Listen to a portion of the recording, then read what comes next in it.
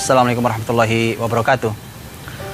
Orang tua wajib mengajarkan kepada anak-anaknya ilmu agama. Kewajiban. Bahkan dia merupakan kewajiban yang harus diajarkan sebelum orang tua mengajarkan ilmu dunia. Begitulah kita. Allah Subhanahu wa taala berfirman, "Wabtaghi fima ataakallah daral akhirah wa la tansa nasibaka minad dunya." Soal Qasas. Carilah kehidupan akhirat. Tapi jangan lupa kehidupan dunia. Ternyata kehidupan dunia Allah ungkapkan hanya dengan kalimat yang penting tidak dilupakan. Tapi akhirat cari. Artinya itulah panduan orang beriman. Mengajarkan ilmu agama. Wajib bagi orang tua mengajarkannya. Dan bahkan itu harus diajarkan sebelum orang tua mengajarkan ilmu dunia. Poin pertama ini harus menjadi perhatian penting. Karena hari ini sudah berapa paniknya orang tua, anak-anaknya masih kecil umpamanya, bahkan mungkin di usia TK, SD, orang tuanya panik ketika anaknya belum bisa berhitung matematika dengan baik. Tapi kemudian ternyata sembrono ketika anaknya belum bisa sholat. Anaknya belum bisa membaca huruf Latin. Tapi betapa santainya orang tua ketika ternyata anaknya belum bisa membaca Al-Quran. Ada yang salah. Ketika permulaannya salah, maka hasilnya akan salah. Kalau kita melihat sejarah orang-orang besar, mereka bermula dalam Islam, siapapun itu, sebutlah nama-nama siapapun, ilmuwan, ulama, siapapun, mereka bermula dari ilmu agamanya, bermula dari Qur'annya, baru nanti merambah kepada ilmu pengetahuannya. Kita bicara apa? Siapapun, Az-Zahrawi, Al-Khwarizmi, Al-Battani, siapapun, mereka bermula dari ilmu agamanya. Dan orang tua punya kewajiban mengajarkan itu kepada anak-anaknya. Bukankah Allah Subhanahu wa taala berfirman, ya ayyuhalladzina amanu qu anfusakum wa ahlikum nar. Wahai orang beriman, jagalah dirimu dan keluargamu dari neraka. Bukankah ayat juga yang mengatakan wa'mur ahlaka bis-shalati wastabir 'alaiha, dan perintahkanlah keluargamu untuk salat dan bersabarlah kamu dalam hal itu. Ayat ini aplikasinya, prakteknya kita lihat di hadis Nabi sallallahu alaihi wasallam. Hadis Nabi SAW mengatakan, muru auladakum bis salah wahum abna 7 sinin. Perintahkan anakmu salat umur 7 tahun. Wadribuhum 'alaiha wahum abna 10 sinin. Pukul anakmu, tentu dengan pukulan pendidikan. Pukul anakmu dengan pukulan pendidikan di usia 10 tahun kalau belum juga salat. Itu kaidah penting. Artinya menjadi pelajaran mahal. Itu dulu yang harus dipikirkan. Kalau anak 7 tahun diperintahkan Rasul Shallallahu Alaihi Wasallam untuk diajari sholat, artinya berarti dia sudah diajari tentang istinja. Istinja itu bagaimana kalau setelah buang air besar, buang air kecil, kemudian dibersihkan dari najisnya. Karena sholat tidak sah tanpa itu, tanpa kesucian dari najis. Berarti sudah diajari cara berwudu yang benar, diajari pelan-pelan, tahap demi tahap. Itu ilmu agama. Kemudian setelah itu diajari cara sholat dari mulai takbiratul ihram sampai salam. Itu diajarkan. Itu tugas orang tua. Rasul tidak mengatakan bahwa itu tugas sekolahan, tapi itu tugas orang tua. Muru auladakum, ajar anak-anak kalian. Anakmu ajar. Jangan serahkan ke sekolahan. Sekolahan hanya membantu kita. Umar bin Khattab radhiyallahu anhu ketika ditanya oleh seorang anak, apa hak seorang anak dari orang tuanya? Umar mengatakan hak seorang anak pada orang tuanya dicarikan ibu yang baik. Ini pada ayahnya maksudnya. Dicarikan ibu yang baik karena ibunya akan mendidiknya. Kemudian diberi nama yang baik dan diajari ayat-ayat Allah Subhanahu wa taala.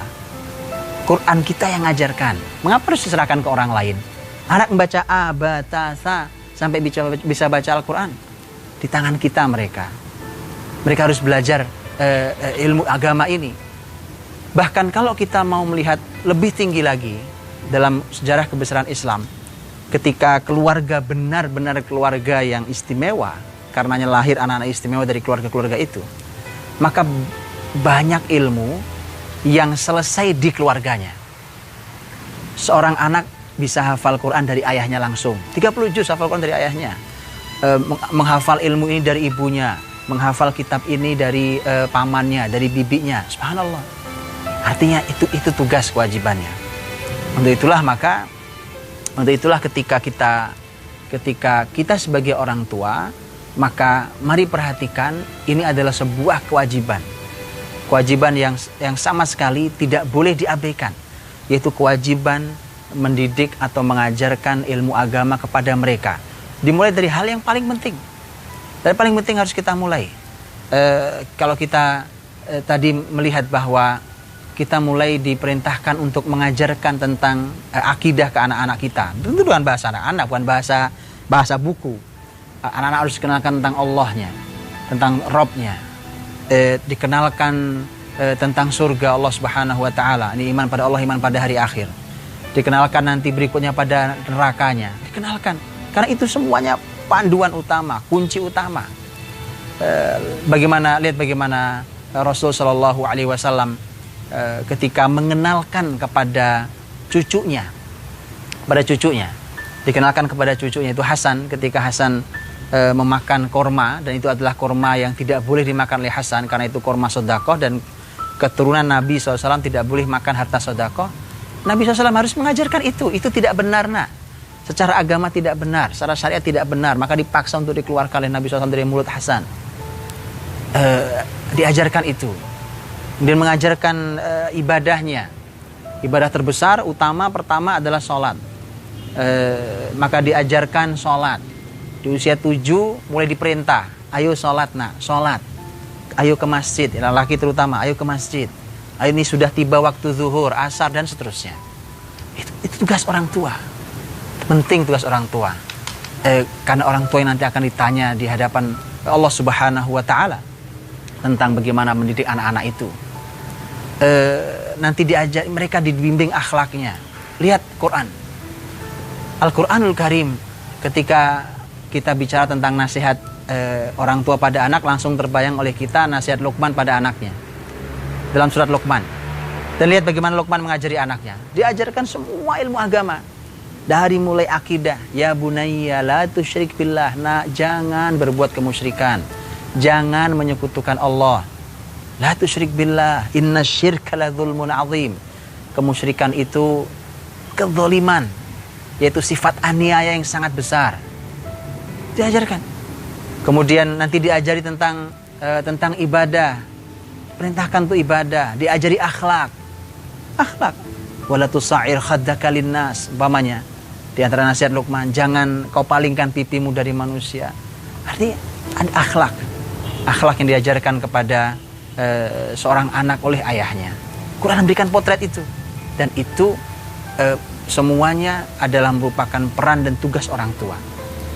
Ajari mereka, ajari anak-anak ilmu agamanya, kenalkan dengan Allahnya, kenalkan dengan Rasulnya, sampai mencintainya, kenalkan dengan kitab sucinya, ajarkan kitab sucinya, jaga sholatnya, ibadahnya, ketika tiba puasa-puasanya, ketika seorang anak kecil sudah saatnya kapan seorang anak kecil harus memakai pakaian yang islami, ajarkan itu, kemudian akhlaknya, jaga akhlaknya, dan seterusnya.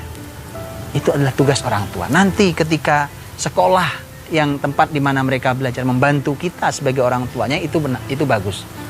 Tidak benar ketika orang tua menyerahkan seutuhnya pada sekolahan, karena nanti kita yang ditanya sisi Allah Subhanahu Wa Taala, kitalah orang tuanya, kita akan ditanya di hadapan Allah Subhanahu Wa Taala. Jadi ajari tentang agamanya, ilmu-ilmu agamanya, bekali mereka dengan bekal yang baik dan cukup.